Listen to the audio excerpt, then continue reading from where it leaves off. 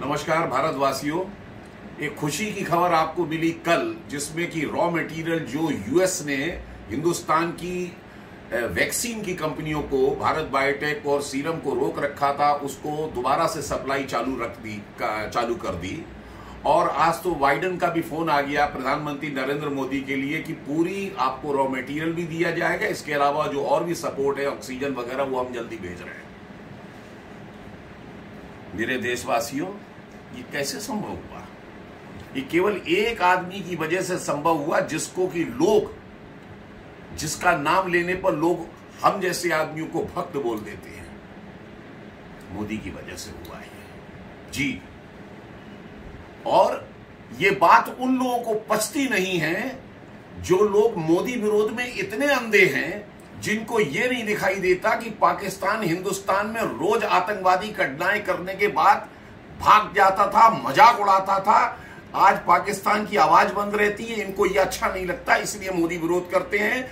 China या हिंदुस्तान की धरती पर कब्जा कर लेता था, आज चाइना जब पीछे हट गया, इनको ये बुरा लगता है। इनको लगता है कि मोदी के आने के बाद ये हिंदुस्तान जो है इतना मजबूत कैसे हो गया। और ये 370 जहां पर भारत का 1-2 निशान और 2 विधान चला करते थे, ये इन लोगों को पसते नहीं है, इसलिए मोदी विरोध करते हैं।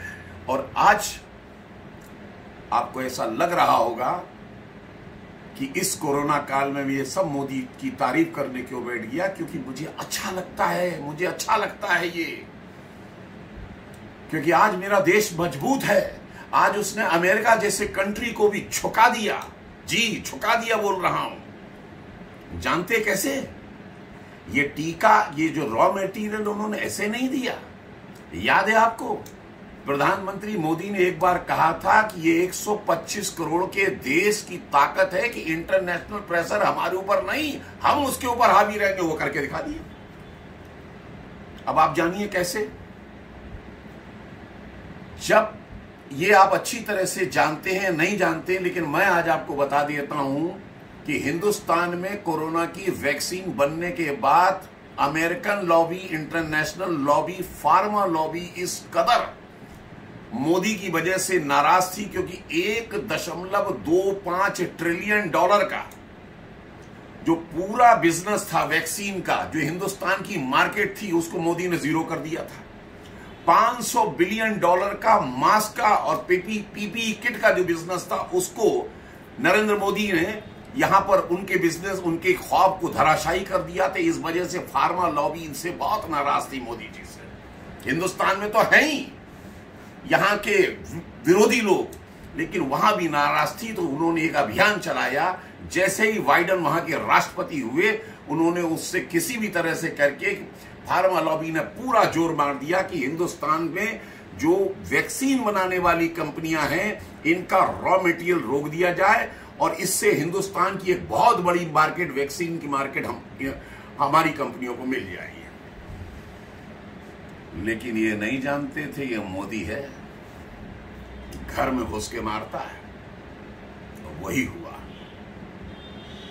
एक फोन यहां से गया, एक फोन, बिना किसी पब्लिसिटी करे, ये नहीं टीवी एड में बोल रहे हैं, हल्ला बोल रहे हैं, कुछ बोल रहे हैं। एक फोन गया नेशनल सिक्योरिटी एडवाइजर का, वहां के नेशनल सिक्योरिटी एडवाइजर को सिर्फ ये कहा कि जो गेम आज आप हमारे साथ खेल रहे हैं ना, ये गेम हमें भी खेलना आता है। आप अगर उधर से रॉ मटेरियल अगर हमें नहीं भेजेंगे ना, तो आपको भी पता होना चाहिए कि फाइजर कंपनी जो आपके यहाँ टीका बनाती है, उसका रॉ मटेरियल भी बॉम्बे से ही जाता है। एक कंपनी बॉम्बे से ही भेजती है। तो यदि आपके स्वदेश के हित जुड़े हुए हैं, उसके आधार पर आप कहते हो कि हम रॉ मटेरियल नहीं दे सकते, तो हिंदुस्तानियों के भी अपने जो हैं हित जुड़े रह सकते हैं। बस यही ट्रम्प कार्ड था।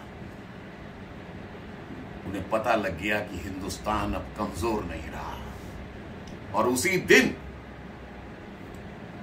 अमेरिकन सरकार ने कहा कि ठीक है, हम रॉ मटेरियल की सप्लाई करेंगे। इसको बोलते हैं ताकत। ये हिंदुस्तान 125 करोड़ का मुल्क है। 73 साल में किसी भी प्राइम मिनिस्टर ने आज तक अपनी इस ताकत को पहचाना नहीं था कि ये युग व्यापार का युग है। इसमें जिसके पास बड़ी मार्केट होती है वही देश सबको झुकाता है, जो मोदी जी ने करके दिखा दिया। और आज अमेरिका तो छोड़ दीजिए, जो हमारे ऊपर टॉन्ट कसता रहता था, वहां के लोग कस रहे थे, वो छोड़ दीजिए। आज पूरा विश्व चकित हो गया कि हिंदुस्तान ने अमेरिका जैसे कंट्री की बांह मरोड़ दी, रातों रात में राजी कर दिया। रातों रात में वैक्सीन का रॉ मटेरियल तैयार होकर वो हिंदुस्तान में आ रहा है। माय डियर फ्रेंड्स, भरोसा रखिए इस आदमी के ऊपर। और आज भी जो लोग हल्ला काट रहे हैं ना, ऑक्सीजन, रेमडेसिविर या दुनिया भर की बात कर रहे हैं, यही आदमी है जो आज भी आपको देश को सुरक्षित ले जाएगा और ले जा रहा है। लोग तो किशमिश के दाने में भी उसके पिछवाड़े में तिनका ढूंढ लाते हैं, इसलिए उस बात की परवाह मत करना। आपको केवल यह सोचना होगा, पूरे वर्ल्ड में जहां जहां पर कंट्रियां हैं उसकी पॉपुलेशन 138 करोड़ में 20,30,000 लोग मरे हैं। हिंदुस्तान में आज तक 135 करोड़ की आबादी में 1,97,000 आदमी मरा है।